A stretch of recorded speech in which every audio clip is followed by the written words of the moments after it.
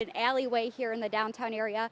It is snow covered. You do need to be careful driving through this. Down power lines and then just tree debris. You can see it all behind me. Walls have been blown out, and then I want to show you this behind me here. They ran this way towards the main area of the store. They were here for just a minute and it was all caught on camera. This means that Chris Soules pleaded guilty to aggravated misdemeanor, not to the felony charges he was facing. But Menard says they have been able to keep up with the high demand for ice melts. Put my hands on the main and then just stand up. Stand straight up. Like this. This is what was destroyed. And walk in this way here, you can see this. Be able to see the 2-hour parking limit sign behind me here.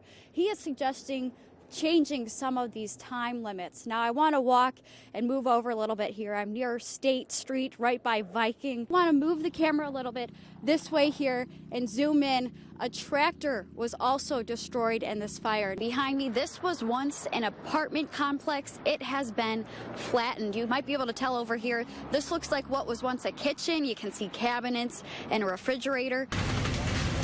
The sound, as an important part of Applington, burned to the ground. Smoke could be seen for miles after a fire started at Central Iowa Exchange sale barn around 1 this morning. The sale barn going from this overnight to this by day. Built in 1920, so there's history that we'll never get back again. Verlin Shepard says he has family that owns this barn. Trish, she ended up putting a lot of work and effort into this building to get it all fixed up, and now it's gone. Walking this way, you can see just how big this sale barn was. The owner actually tells me they were supposed to have a household auction here tomorrow, but a lot of the items for that auction burned in this fire. Antiques, Sad. Furniture, tools. Yeah, sad day. Supposed to be sold, but now this. Don't like to see anybody go through this. Firefighters worked throughout the early morning in thick smoke and fog, tearing down walls, moving debris. They and the owner trying to wrap their head around how this happened. A peaceful Wednesday night with lights floating in the sky, music filling the air. The next day, an action-packed 7th grade football team. No matter the moment, the day, the event, you can't miss Carson McGrain's presence in the Wapsie Valley community. As long as I know that we're playing for Carson, feels good. The young wrestler and football player was killed in a lawnmower accident more than 10 days ago. But this week, hundreds came out to his celebration of life, singing his favorite song, laughing at old videos,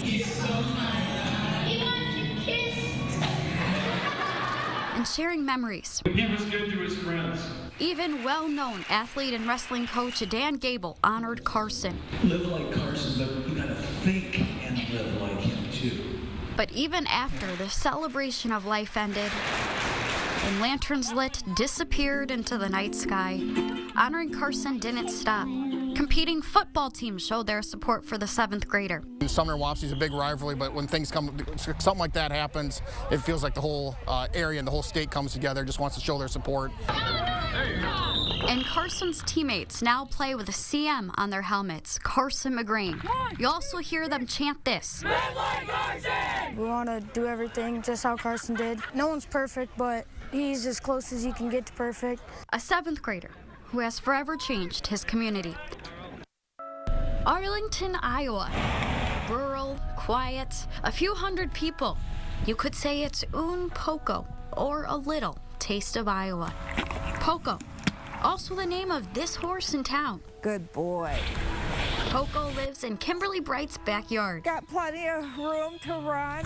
The two met about a year ago. He had a half an ear, and I thought, oh, he's not whole neither. That's his kisses. And together we're full. Together we're whole. But what's he doing? I don't know. He just does that. If I stood closer, he'd have my hair. For Kimberly, Poco's not just a pet. Come on, baby. He's Kimberly's therapy horse. I don't have suicidal thoughts. Helping her battle PTSD because I think, who's going to take care of Poco? A doctor's note from Regional Family Health reads, Ms. Bright has significant mental health problems for which animal therapy has been beneficial. Having her horse to tend to on her property is part of her therapeutic regimen. But Kimberly and Poco live here on Liberty Street, and the Arlington City Council says this is within city limits. It's not the place to keep Poco.